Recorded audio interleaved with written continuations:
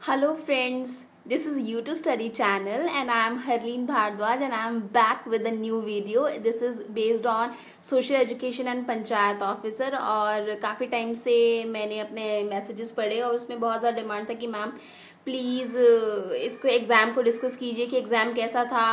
और जैसा कि मैंने बच्चों से बात की या फिर मेरे दोस्तों से बात हुई जो उसको एग्ज़ाम देने गए थे, तो पता लगा कि एग्ज़ाम थोड़ा अजीब था क्योंकि वो भी खुद जिन्होंने पहले पटवारी का एग्ज़ाम दे रखा है, बहुत सारे एग्ज़ाम्स दे रखे हैं हरियाणा की, वो इस पेपर का जो लेवल था वो बोल रहे थे उनके हिसाब से, और जो मैंने देखा उसके हिसाब से मुझे लगता है कि जीके का लेवल बहुत ज़्यादा डाउन था, मैथ्स का लेवल बहुत ज़्यादा अप था। और क्योंकि यही दो मेन सेक्शन थे जो दिखाई दे रहे हैं इस पेपर में, और जो मैथ्स का लेवल बहुत ज़्यादा अप था वो था +1 +2 लेवल प्लस BA लेवल, क्योंकि मैथमेटिक्स के कुछ क्वेश्चन जैसे डिटरमिनेंट थे वो बहुत ज़्यादा हाई लेवल के थे।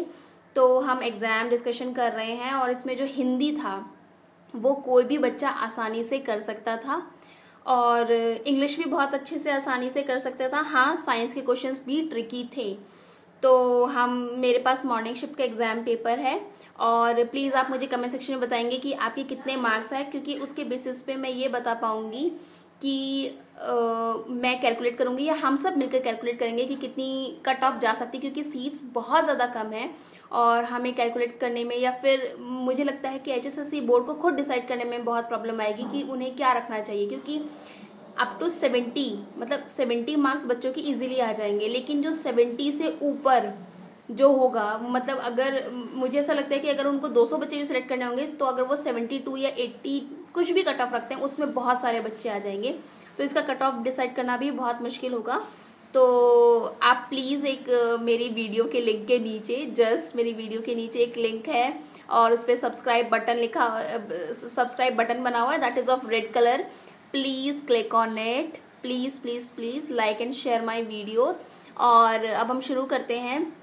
सबसे पहला कि जो मेरे पास क्वेश्चन पेपर है दैट इज़ सेट सी, और कोई बात नहीं, सारे के सारे एग्ज़ाम जो क्वेश्चंस थे मॉर्निंग शिफ्ट के वो सेम ही थे, बस जंबल किया हुआ था उनके क्वेश्चन नंबर्स को। तो सबसे पहला जो क्वेश्चन था इसमें कि अधिक अन्न उत्पादन के लिए हरियाणा में कौन सा साधन प्रयोग में है, तो इसका जो आंसर है वो उपरोक्त सभी है, क्योंकि हम हर चीज़ का यूज़ हो रहा है हमारे यहाँ हरियाणा में। तो जो अधिक अन्न उत्पादन के लिए हरियाणा में कौन सा साधन प्रयोग में है, तो इस सवाल का जवाब है उपरोक्त सभी, जिसमें हम सर्टिफाइड सीड्स भी यूज़ करते हैं, फर्टिलाइजर्स भी यूज़ कर रहे हैं और इरिगेशन फैसिलिटी को भी इंक्रीज़ कर रहे हैं। तो अगला जो सवाल है कि कुरुक्षेत्र जिले में ज्योतिषर तीर्थ किस मार्ग पर स्थित है, और वो है कुरुक्षेत्र पहवा मार्ग। कुछ बच्चे इसको गलत करके आए हैं, एक्चुअली बहुत सारे बच्चे इसको गलत करके आए हैं, तो इसका सही आंसर है कुरुक्षेत्र पहवा मार्ग। जो अगला क्वेश्चन है वो है महाभारत कालीन भीमेश्वरी मंदिर किस स्थान पर है, और ये बेरी में है, और इसी माता को या फिर इसी मंदिर को बेरी माता के नाम से भी बहुत ज़्यादा जाना जाता है, और यहाँ पे नवरात्रों के टाइम पे बहुत ज़्यादा भीड़ होती है। उसके बाद है कि अर्धसूत्री विभाजन किस में होता है। अर्धसूत्री विभाजन को इंग्लिश में बोलते हैं मियोसिस, और ऐसे दो प्रोसेस होते हैं जो हमारे सेल में आकर होते हैं, that is meiosis and mitosis. तो जो मियोसिस होता है प्लीज़ उसको ध्यान से समझ लीजिएगा कि सपोज दिस इज एंथर, ठीक है, तो जो एंथर होता है वो हमेशा 2n होता है, मीन्स इसके जो क्रोमोसोम नंबर होते हैं वो 2 होते हैं, ठीक है। तो इसके जो क्रोमोसोम नंबर होते हैं इसमें वो 2 होते हैं, तो वो टूट जाते हैं और वो क्या हो जाता है n और n, क्योंकि जब ये n एक सिंगल n होगा जो हमारा पोलन ग्रेन बनाता है, ठीक है, जो हमारे पोलन ग्रेन में होता है, तभी ये जो पोलन ग्रेन है ये जाएगा, और जो वहाँ पर जो ओवरी के अंदर जो एग है उसके साथ ये फ्यूज हो जाएगा, that is egg and that is जो सपोज पोलन ग्रेन। और जब ये दोनों फ्यूज हो जाएंगे तो ये क्या होगा, एग का भी n होता है क्योंकि इसमें अपनी जगह मियोसिस अकर होता है यानी फीमेल पार्ट में, और जो पोलन ग्रेन होता है दैट इज ऑल्सो n।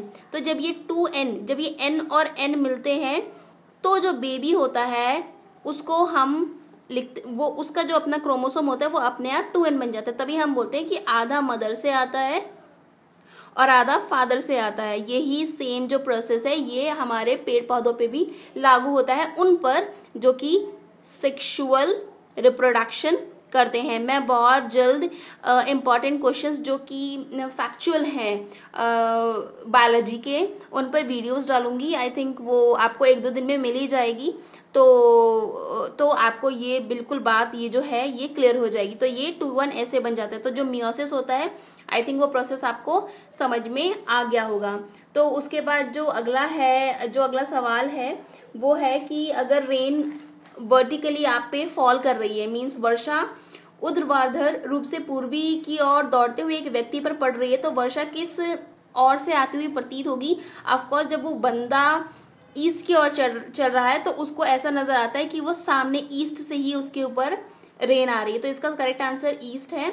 2012 में ओलंपिक खेलों में शूटिंग में कांस्य पदक गगन नारंग जी ही इसमें इकलौता ऐसा जवाब है जो शूटिंग के लिए बहुत ज्यादा मशहूर है।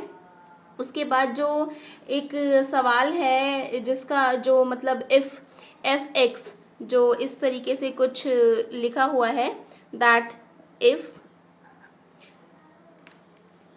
f(x) is equal to cos x करके ऐसे लिखा हुआ है जो, तो इसका जो जवाब है वो है √3 - 1/2। ये मुझे नहीं पता, मैंने किसी से निकलवाया है, तो because I am also weak in maths, तो इसका जवाब ये बनता है। इसके अलावा जो एक सवाल है कि गीता इज अपनी चचेरी बहन से ममता से बड़ी है, ममता का भाई विपिन है, तो ये बहुत लंबा सवाल है। तो इसका जो आंसर आएगा वो सबसे लास्ट है कि इन तीनों में से ममता सबसे छोटी है। उसके बाद आता है कवि बाणभट्ट ने सम्राट हर्ष का जीवन चरित्र किस ग्रंथ में लिखा? और आप सबको ऑब्वियसली पता है जब हर्ष की बात हो गई तो वो हर्ष चरित ही होगा, मतलब हर्ष चरित ही होगा। और ये तो अगर जिसको पता भी नहीं होगा वो भी इसको सही करके आया होगा क्योंकि उसमें हर्ष का नाम ही आ गया। तो उसके बाद जो अगला सवाल है कि वो सर्जन जिन्होंने फर्स्ट नियोनटाल हार्ट सर्जरी की थी, नियोनटाल, ये जो वर्ड नियोनटाल है इसका मतलब है नियो मतलब नवजात, ठीक है, और नटाल एकदम छोटे बच्चे के लिए होता है। कभी आपने मोर्टेलिटी रेट पढ़ा होगा तो उसमें एक नटाल मोर्टेलिटी रेट भी होता है। तो ये बिल्कुल नवजात बच्चा था, 9 दिन का बच्चा था। उसके हार्ट का जो सर्जरी किया था सक्सेसफुल, ये थे मिस्टर देवी शेट्टी। हमारे पास ऑप्शन था B, doctor Devi Prasad Shetty. The next question is कि बिफोर एडी यानी ईसी पूर्व हरियाणा में क्षेत्र में किस वंश का शासन था? देखिए ये बहुत ही मतलब ये थोड़ा सा ट्रिकी क्वेश्चन है क्योंकि कुछ पुरु बोल रहे हैं, कुछ कुरु बोल रहे हैं।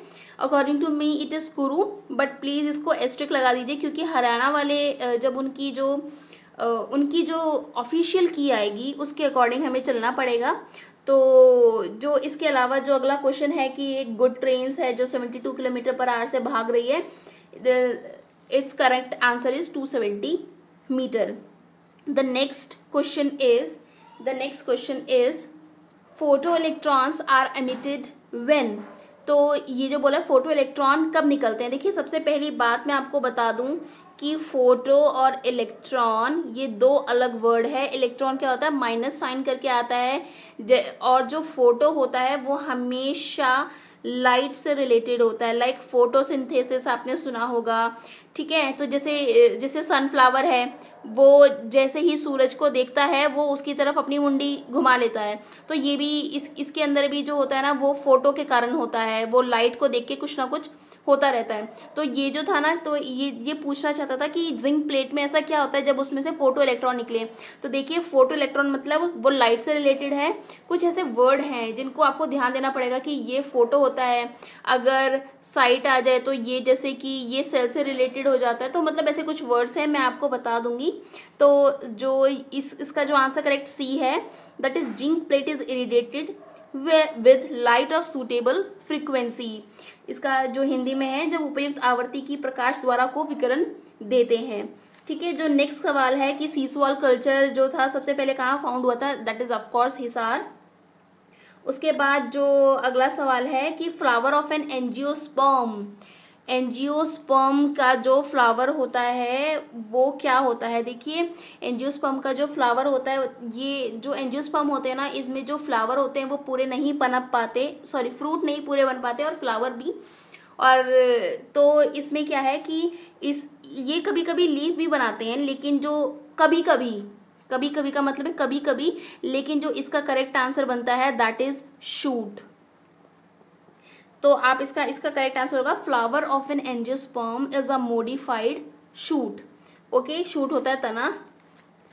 तो जो अगला सवाल है कि जिंक एंड हॉफनियम जो ZnNHF दे रखा था आपको, ये परमाणविक और आयोनिक रूप समान है क्योंकि इनका atomic and ionic radii is same, has similar because of lanthanide contraction. Okay, the next is Khwaja Khizra कहाँ पे है, इसकी जो खिजर का जो मकबरा है वो कहाँ पे, ये सोनीपत में है और ये इब्राहिम लोदी ने बनवाया था। वो बहुत ज़्यादा बुरी हालत में था जो खिजर का मकबरा था, और आज से 2 साल पहले वहाँ पे रिनोवेशन हुआ और अब वो काफ़ी अच्छा बन गया है और वहाँ पे लोग जो पर्यटक हैं घूमने जाते हैं। देखिए जो अगला सवाल मैं बोलने वाली हूँ वो थोड़ा सा कंट्रोवर्शियल है, अगर बच्चे उस पर आपत्ति उठाएंगे तो। इंग्लिश में दे दिया that is petal and flower, और हिंदी में जो दे दिया इन्होंने दे दिया कली और फूल। देखिए इसमें बहुत डिफरेंस है। जो कली होती है ना वो होता है बर्ड। देखिए ऐसे करके मान लो ये कली बंद है, तो जब ये खिलेगी तो ये ऐसे बन जाएगी। इसका मतलब जो आज के टाइम पे जो पपी है, मेरी ड्राइंग बहुत बुरी है प्लीज, एक्चुअली स्केच से बहुत बुरी आ रही है, तो जो पपी होगा वो बड़ा होके बन जाएगा कुत्ता, क्योंकि ये भी तो बड़ी होके फूल बनी। लेकिन अगर मैं इंग्लिश की बात करूँ तो जो पेटल होता है ना वो ऐसा होता है। For example wait a minute, for example this is a rose, for example this is a rose. ये एक गुलाब का फूल लग नहीं रहा है, बट बचपन में शायद ऐसे ही बनाती थी मैं, ठीक है। तो ये गुलाब का फूल है और इसकी ये जो ग्रीन, ये होती है ग्रीन कलर की, ये जो नीचे वाली मैं बना रही हूँ दैट इज ये ग्रीन कलर का होता है और ये रेड कलर का होता है। तो हम इसको बोलते हैं पेटल, और ये जो ग्रीन कलर का होता है इसको हम हमेशा से बोलते हैं सेपल्स, ठीक है। तो इससे जब पेटल की बात की तो फ्लावर का एक पोर्शन, एक अंग होता है पेटल, और जो पूरा बन जाता है जब petal petal petal petal, of course इसके अंदर एंथर भी होता है, स्टिग्मा भी होता है, ओवरी एंड ओव्यूल भी होता है। तो जब वो पेटल मिलके बनेंगे तो वो फ्लावर बना देंगे। तो इसके तरीके से क्या होता है, जो साइकिल का जो टायर होगा वो होगा इसका करेक्ट आंसर, ठीक है। तो हर बच्चे ने अलग तरीके से बनाया है। अब देखते हैं इसका सही जवाब, मतलब अकॉर्डिंग टू द ऑफिशियल की वो क्या होगा। द नेक्स्ट क्वेश्चन इज कि हमारी जो फेमस टेम्पल है, ऐसा वो कौन सा फेमस टेम्पल है जिसको हरियाणा सरकार ने संरक्षण दिया है, जहाँ पे लाखों शरणार्थी आते हैं, दर्शनार्थी आते हैं, तो दैट इज माता शीतला मंदिर। Okay, the next question is कि गैस को, वो कौन सी गैस है जो आर्टिफिशियल राइपनिंग करती है फ्रूट्स की, और ये होती है इथाइलिन गैस, ठीक है। और जो अगला है वो बहुधान्य किसको कहते हैं, ये तो मतलब अगर आप हिस्ट्री पढ़ने लग रहे हो तो पहला क्वेश्चन ही आता है कि हरियाणा में, मतलब महाभारत में हरियाणा को बहुधान्य कहा गया है। इसके बाद जो मैथ्स का क्वेश्चन आया था, the cost price of 20 articles is the same as the selling price of X articles, तो इसका जो सही जवाब बनता है वो 16 है, ठीक है। तो मैं अगला सवाल बोलती हूँ कि हाँ, जो बर्ड फ्लू था वो कौन से इन्फ्लुएंजा वायरस से हुआ था, तो दैट इज H5N1। देखिए ये इसको याद करना थोड़ा सा अलग होता है क्योंकि ये बर्ड फ्लू है। स्वाइन फ्लू जो होता है वो भी H और N से ही होता है, वो अलग होता है, तो ये थोड़ा सा ट्रिकी पड़ जाता है, ठीक है। तो बर्ड फ्लू का जो इन्फ्लुएंजा वायरस है that is H5N1। Next is जो नेक्स्ट क्वेश्चन है वो है हरियाणा रीजन मौर्य की कौन से मौर्य किंग के काल में था। तो देखिए इसके तीन ऑप्शन दे रखे थे, बिंदुसार, अशोका और चंद्रगुप्त मौर्य। थोड़ा सा ये भी विवादास्पद है, मैंने भी इसको ढूंढा अच्छे ढंग से, लेकिन इसका जो जवाब है वो ज्यादातर चंद्रगुप्त मौर्य आ रहा है। तो प्लीज नोट डाउन एस्ट्रिक इसके ऊपर भी लगा दीजिए कि ये नहीं पता और ये कब आएगा। उसके बाद था today is Monday, after 61 days it will be, if today is Monday suppose it is Monday, और 61 दिन के बाद क्या आएगा, यानी 61 डेज के बाद क्या आएगा। तो देखिए हमारा जो हफ्ता होता है, हमारा जो एक वीक हुआ वो होता है 7 डेज का, ओके, वो होता है 7 डेज का। तो आप मल्टीप्लाई कीजिए, मान लो 7 × 9 इज द 63, मतलब जो 63rd डे होगा आज से वो भी मंडे होगा, क्योंकि हर 7वां दिन मंडे हुआ ना, अगर आज मंडे तो हर 7वां दिन मंडे होगा। तो ऑफकोर्स अगर ये मंडे है तो 61 क्या हो गया, यानी 62 एक बीच में आ गया दिन, तो ये मंडे है तो ये होगा संडे और 61 डे होगा सैटरडे। तो हमारा करेक्ट आंसर क्या निकल के आ गया, सैटरडे। तो प्लीज ऐसे, ये तो सिंपल कैलकुलेशन है, हमें ये कर लेनी चाहिए। वैसे भी टाइम बहुत ज्यादा बच रहा था, क्योंकि ये हमें जो मतलब जो मोस्टली बच्चों को आता था वो सिर्फ और सिर्फ जीके का सेक्शन आता था, क्योंकि मैथ्स तो वैसे भी बहुत हार्ड था, और इंग्लिश के लिए भी उन्होंने टाइम बच गया था। जो अगला सवाल है वो फतेहाबाद नगर किसने बसाया, तो इसका आंसर है फतेह खान। अगला है the dimensional formula of coefficient of viscosity, श्यानता गुणांक का विमा सूत्र है। तो देखिए, वैसे मैंने कई जगह इसको ये भी पढ़ा है, लेकिन इसका जो सही जवाब बनता है वो बनता है M1L-1 and it is T-1। तो ये इसका जवाब है, जो पहला ऑप्शन था। अत्याचारी बैरम खां किसका सहायक और संरक्षक था, दैट इज अकबर का था। अकबर सिर्फ 13 या 14 साल के थे जब उन्होंने लड़ाई की, पानीपत का युद्ध किया, और तब बैरम खां उनके साथ थे, और अकबर ने उन्हीं की सहायता से अपने विपक्ष को बहुत ही बुरी तरीके से हरा दिया था। जो अगला सवाल है कि हरियाणा की बीजेपी गवर्नमेंट की जो हरियाणा की लेजिस्लेटिव असेंबली, उसमें कितने बीजेपी के मेंबर, एंड दैट इज 47। और उसके बाद है जो राष्ट्रपति प्रणब मुखर्जी ने गणतंत्र दिवस में मुकुंद वरदराजन जी की वृद्धा को क्या प्रदान किया है, और वो है अशोक चक्र। अगला है कि गढ़ी सांपला किससे जुड़ा हुआ है, जो कि सर छोटूराम से जुड़ा हुआ है। ओके, और फिर है फागुन मास में रोहतक में किस संत का मेला लगता है, दैट इज बाबा मस्तनाथ। देखिए, इसके बाद जो सवाल था कि bureaucrats marry only intelligent peoples, suppose that is bureaucrat and they marry only intelligent people. ठीक है, ये सिर्फ और सिर्फ इंटेलिजेंट पीपल से शादी करते हैं। तो ये बोलते हैं तान्या, उसके बाद ये बोलते हैं तान्या इज इंटेलिजेंट, तो that is Tanya. Okay, that is Tanya, and Tanya intelligent है। ठीक है, तो ये भी हो सकता है दैट तान्या इंटेलिजेंट है। यहाँ पे 2 पॉसिबिलिटी बन रही है कि तान्या इंटेलिजेंट हो सकती है, और इसमें क्या है, तान्या इंटेलिजेंट है और क्या पता कोई ब्यूरोक्रेट उससे शादी भी कर ले। तो ये आता है हमारा रीजनिंग का एक सवाल है, जिसको हम सिलॉग बोलते हैं, और इसमें जो इसने जो 2 वो दिया कि Tanya will marry a bureaucrat, तो ये Tanya will marry a bureaucrat में ये सही हो जाएगा और ये गलत हो जाएगा। और अगला बोलता है Tanya will not marry a bureaucrat में ये सही हो जाएगा और ये गलत हो जाएगा। और सिलॉग का इक्वेशन बोलती है कि अगर आपकी दोनों सिचुएशंस में से एक भी रॉन्ग है, अगर आपके पास 5 सिचुएशन है और ना अगर उनमें से एक भी रॉन्ग है ना, तो इसका मतलब उसका जो जवाब आता है वो रॉन्ग ही आता है। तो इसका आंसर आएगा neither one nor 2 follows. Okay, आपको समझ में आ गया, आई होप आपको समझ में आ गया अच्छे ढंग से। उसके बाद जो बोल रहे हैं कि छठी पातशाही गुरुद्वारा किस नगर में, दैट इज इन कुरुक्षेत्र। मैंने अपनी पिछली वीडियो में बोला था, वो चाहे मजाक में ही था, कि आपको किसी का भी जवाब नहीं आता है और अगर ऑप्शन में कुरुक्षेत्र है तो प्लीज आप कुरुक्षेत्र लगा के आ जाइए। और अगर किसी ने ये बात मानी होगी तो इस सवाल में इस एग्जाम में 3 ऐसे सवाल थे जिनमें कुरुक्षेत्र ही उसका आंसर बन रहा था, और आप कैसे भी कर सकते थे। ठीक है, तो ये सिर्फ एक तुक्का था, आप प्लीज़ अगली बार इम्प्लीमेंट मत कीजिएगा। मैं फिर से वही चेतावनी दे रही हूँ कि ये जो जानकारी है ये सेहत के लिए हानिकारक भी हो सकती है। ओके, जो नेक्स्ट क्वेश्चन है कि जनरल बीके सिंह किससे कहाँ पे पैदा हुए थे, वो है भिवानी, उसका आंसर। अगला जो है कर्नाटका का जो गुड्स एक्ट है 1999, वो देखिए ये है ज्योग्राफिकली इंडिकेशन, जो आजकल बहुत ज़्यादा चल रहा है, जीआई एक्ट। देखिए जीआई एक्ट जो होता है जियोग्राफिकली इंडिकेशन, जिसको हिंदी में बोलते हैं भौगोलिक संकेतक। जैसे कि टी, आपने चाय के बारे में सुना होगा, तो ना चाइना और इंडिया दोनों के दोनों इसको बोलते हैं, चाइना बोलते हैं कि हमने भैया मतलब हम हैं खोजकर्ता चाय के, और इंडिया बोलता है कि हमारा जो असम रीजन था ना, असम रीजन उसमें हमने इसकी खोज की थी।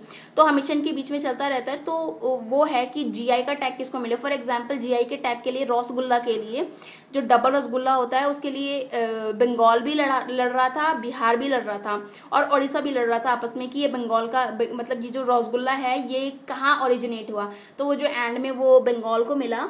तो ऐसे ही जो कर्नाटका में जो जीआई टैग मिला है वो है, इसका जो करेक्ट आंसर है वो मैसूर सिल्क साड़ी है। ठीक है, उडुपी तो कुछ और है, और इसका जो करेक्ट आंसर है वो है मैसूर सिल्क साड़ी। जो नेक्स्ट है ये सबको पता है, जो सतलुज यमुना जो लिंक है डिस्प्यूट वो पंजाब के बीच में। Pick the odd word, inch, centimetre, yard, ये सब नापने की यूनिट है, बल्कि आउंस नहीं है। उसके बाद पहवा पिलग्रिमेज कहाँ पे है, तो पहवा कुरुक्षेत्र में पड़ता है। उसके बाद जो बोल रहा है कि किसका आकार सबसे बड़ा है, तो जो इसका आंसर है वो है AC3+ का। जो नेक्स्ट क्वेश्चन है, उद्योग विहार कहाँ पे, उद्योग विहार है गुरुग्राम में। तो उसके बाद जो नेक्स्ट सवाल हमारा आता है वो है कि कर्नाटक में जो हृदय योजना थी उसमें क्या चुना गया, उसमें बादामी को चुना गया। उसके बाद जो है कि शेषासुरी के डर से कौन भागने में विवश हुआ, दैट वाज हुमायूं। बच्चों को थोड़ा सा वो हो गया था कि बाबर है कि हुमायूं है, तो पर बाबर इससे पहले मर गए थे, वो है हुमायूं जी। उसके बाद जो है हरियाणा में किस मत में, मतलब कौन किस धर्म को मानने वाले सबसे कम लोग हैं। और मैंने जितनों से ये बात की अक्सर मतलब सारे के सारे बच्चों ने बोला ईसाई, लेकिन जस्ट इससे पहले जो हमारे यहाँ जो सेंसस हुआ, हरियाणा का सेंसस हुआ, तो उसमें क्लियरली डिफाइन था कि 0.03% हमारे यहाँ बुद्धिस्ट हैं और ये सबसे कम है। तो इसका जो करेक्ट आंसर है वो है बुद्धिस्ट। ओके, तो जो नेक्स्ट है कि ये करनाल से जो सांसद हैं अश्विनी कुमार जी, वो कौन से समाचार पत्र से लिंक थे, तो वो पंजाब केसरी से लिंक थे। अगला मैं इंग्लिश में आ गई हूँ, तो यूनेस्को का जो इजिप्ट से रिलेटेड है वो है, उसका पहले का आंसर फर्स्ट है कि वो एक डैम को बनाने की प्लानिंग कर रहे थे, जो कि एक एंशिएंट टेम्पल को हार्म कर रहा था। उसके बाद जो अगला था कि इकोनॉमिक्स को क्यों मतलब इट कैन बी मतलब क्यों कल्चर और हिस्ट्री या फिर इकोनॉमिक्स को वो चुन नहीं पाते, तो इसका जो जवाब बनता है कि money sometimes seems more important than all other things. और या फिर मतलब इसमें भी कंफ्यूजन है क्योंकि गवर्नमेंट कभी कभी दो चीज़ों के बीच में एक चुन नहीं पाती, लेकिन सही जो लग रहा है इस पैराग्राफ के अकॉर्डिंग वो बी ही लग रहा है, that money sometimes seems more important than all other things. Okay, United nation क्या है, वो कभी भी स्पेस क्राफ्ट नहीं बनाएगा कि लोगों को मून पे भेजे, मून के लोग वहीं पे रहे, वो एलियन है, वो धरती में ना, देखिए हम जाएंगे तो वो यहाँ पे आएंगे, तो देखिए वो फिर HSSC का पेपर देंगे, क्या पता हम में से अभी भी कोई दे रहा हो, तो जिसको जहाँ रहना है वो वहीं पे रहे। उसके बाद देखिए बहुत ही इजी जंबल सेंटेंस पूछे हुए थे, यू और TR से एक ही बन रहा था जिसमें T आ रहा था, दैट इज टूअर। और जो अगला था उसमें उसका आंसर पैथोजियन है। देखिए प्लेबियन की बात करूं, वर्ड दिया हुआ था प्लेबियन, इसका जो मतलब होता है ना वो होता है कॉमन मैन। जो कॉमन मैन होता है ना वो उसको हमेशा से अनकल्चर्ड कहा जाता है, यानी कि उसमें कोई भी कल्चर नहीं है। आपको पता ना हो लेकिन मैं आपको बता दूं कि अंग्रेज जब हमें शासन कर रहे थे, हम पे शासन कर रहे थे, और आज जो ब्रिटिशर्स जो बुक लिखते हैं, और अगर हमारी संस्कृति पे लिखे, इंडिया पे लिखे अगर कोई भी ब्रिटिशर बुक, तो उसमें पता है क्या लिखता है कि इंडिया क्या था, एक गवार राज्य था, एक गवार देश था, अनकल्चर्ड वहाँ के लोग थे। और अंग्रेजों ने जाके ब्रिटिशर्स को, भगवान ने बोला था कि आप इंडिया में जाओ, और मतलब भगवान का आशीर्वाद था कि हम इंडिया में गए और इंडिया के लोगों को सिविलाइज्ड किया, वरना वो जंगली थे। ठीक है, तो जो प्लेबियन का मतलब होता है दैट इज अनकल्चर्ड। ट्रीफॉइल जो होता है वो एक पेड़ का नाम है और उसकी 3 लीफलेट्स होती हैं। उसके बाद जो अटार होता है ATTAR, that is a fragrant oil. उसके बाद नेक्स्ट आते हैं, जो अधिक बोलता हो वो वाचाल होता है। राम ने रोटी खाई, करेक्ट है। हम जो है वो सर्वनाम है, क्योंकि संज्ञा क्या होता है, शब्द होता है जिसमें किसी का नाम पता लगे, किसका, किसी वस्तु का, किसी आदमी का या फिर किसी जगह का। याद रखिएगा, गंगा है नाम, श्याम है, लेकिन जो इनकी जगह आ जाए वो, तुम, तो दैट इज ऑल हम, दैट इज ऑल सर्वनाम। ठीक है, ओके। लड़कियां पुस्तक पढ़ती हैं, इसका D आएगा, है के ऊपर पढ़ती है, कोई नहीं बोलता, दैट इज है। ओके, संधि विच्छेद करेंगे तो विद्या प्लस अर्थी। ओके, जो नेक्स्ट है, बालक ने कुत्ते को पत्थर से मारा, पहला है ने, अगले का है को, अगला है से। मैं हिंदी की वीडियोस डालूंगी बिकॉज हिंदी में हम बहुत वीक पढ़ जाते हैं, हालांकि ये पेपर इजी था लेकिन अगला ना आए। ठीक है, तो कर्ता ने, कर्म को, करण से। समझ में आ गया, पहला ऑप्शन करेक्ट है। पास्ट क्या होगा, राम चिट्ठी लिख चुका है, हाथी हमेशा चिंगाड़ता है, ईंट से ईंट बजाना नष्ट कर देना होता है, और लड़का पुस्तक पढ़ता है, इसका कर्म वाच्य। कर्म वाच्य क्या होता है, पैसिव वॉइस, ठीक है। तो पैसिव वॉइस जो जब बन जाएगा कि किसके द्वारा हुआ, पैसिव वॉइस में क्या होता है, किसके द्वारा हुआ, तो लड़के से पुस्तक पढ़ी जाती है, यानी लड़के के द्वारा कार्य हुआ है, ठीक है। ये जो वाच्य है ये भी इंग्लिश और हिंदी दोनों में बहुत इंपॉर्टेंट है। अगला है Indian village is not static community, ये किसने बोला, that is Charles M. Village panchayat का कार्यकाल 5 साल का होता है और ये 5,40,000 जो गांव दे रखे थे, ये 1951 का सेंसस था। ARDC का जो है कुछ एग्रीकल्चर रिसर्च डेवलपमेंट सेंटर बोल रहे हैं, कुछ एग्रीकल्चर रूरल डेवलपमेंट काउंसिल बोल रहे हैं, मैं चेक करके आपको बता दूंगी। एक्चुअली मैंने सर्च किया था तो दोनों मेरे पास ऑप्शन आ रहे थे। भूदान मूवमेंट जो है वो कब स्टार्ट हुआ था, 18 अप्रैल 1951 को। उसके बाद क्या है कि प्रगति की अवधारणा की संकल्पना के साथ जुड़ी हुई है, वो जुड़ी हुई है सामाजिक परिवर्तन के साथ, सोशल चेंज। कौटिल्य के गाँव 100 से 500, ऐसे जो सवाल आते हैं ना, प्लीज 100 से 500 तक ही कर दो, क्योंकि कोई ये नहीं सोचेगा, वो इतने पुराने लोग थे तो वो ये नहीं बोलेंगे 100 से 700, 100 से 800, 100 से 900, तो 100 से 500 एक लॉजिकल आंसर बनता है। देखिए ये जो क्वेश्चन है कि ग्रामीण जनसंख्या का सामान्य स्वास्थ्य कैसा है, ये जब आप अगर आप कोई भी बुक पढ़ रहे हैं जो कि मतलब अगर ये बताती है कि स्वास्थ्य इंडिया में कैसा है, तो वो ग्रामीणों का स्वास्थ्य कभी भी नॉट बैड नहीं बोलेंगे, वो हमेशा इसको पुअर के रूप में डिपिक्ट करते हैं। याद रखिए, बहुत सारी आंसर कीज आपको बोलेंगी नॉट बैड, लेकिन ये पुअर के रूप में डिपिक्ट करते हैं। अब आप यही इस पे भी एस्ट्रिक लगाइए कि ये हरियाणा गवर्नमेंट जो चाहती है वो इसका आंसर वो देगी कि हमारी ग्रामीण जनसंख्या किस हिसाब की है। शिक्षा जो शब्द है एजुकेशन, देखिए वो एजुकेशन नहीं है, अब वो बदल चुका है, दैट इज एडुकेशन, और ये आया था लैटिन से। इंग्लिश का कोई भी वर्ड आ जाए लैटिन, क्योंकि लैटिन जैसे संस्कृत हमारी संस्कृत ने हमारी सारी की सारी भाषाओं को जन्म दिया, वैसे ही एडुकेशन जो लैटिन है उसने इंग्लिश के सारे वर्ड्स को जन्म दिया। अगला जो है उसका जो आंसर है वैरो, उन्होंने बोला था the midwife bring forth, the nurse brings up. जो नेक्स्ट है कि ग्राम पंचायत का जो मुखिया होता है उपयुक्त में से कोई नहीं, वो सरपंच ही होते हैं, और कर्नाटका में भी ग्राम स्तर को ग्राम पंचायत ही बोलते हैं, that is not taluk panchayat. हमारा प्राइमरी ऑक्यूपेशन रूरल पीपल का एग्रीकल्चर है, और रूरल कम्युनिटी में सबसे महत्वपूर्ण भूमिका किसने निभाई, भाईचारे ने निभाई है, ठीक है। पड़ोस हर किसी का होता है, पड़ोस विदेश में भी होते हैं, पड़ोस अमीरों के भी होते हैं, लेकिन जो भाईचारा होता है वो ग्रामीण में गांव में ज्यादा मिलता है, ठीक है। कृषि उत्पादों में कौन से कारक प्रभावित कर देते हैं, वो है उपयुक्त सभी, हर चीज प्रभावित कर देती है। और ये जो भारतीय डिप्रेस क्लास लीग है ये कोलकाता में इसकी स्थापना हुई थी। जो child came into contact with the first community, देखिए इसने फर्स्ट कम्युनिटी बोल दिया, वैसे तो चाइल्ड सबसे पहले, अगर कोई कम्युनिटी थोड़ा सा बड़ा वर्ड हो गया इसलिए आप इसको नेबरहुड बोलेंगे। अगर कभी और कोई और सवाल आए और उसमें फैमिली आए तो family is the correct answer, लेकिन इसमें सही आंसर क्या है, कम्युनिटी है। उसके बाद जो अगला सवाल है कि ये भी सवाल थोड़ा सा विवादास्पद है, दैट ट्रेडिशनल होल्ड विलेजेस में किस किसने गुम कर दिया है।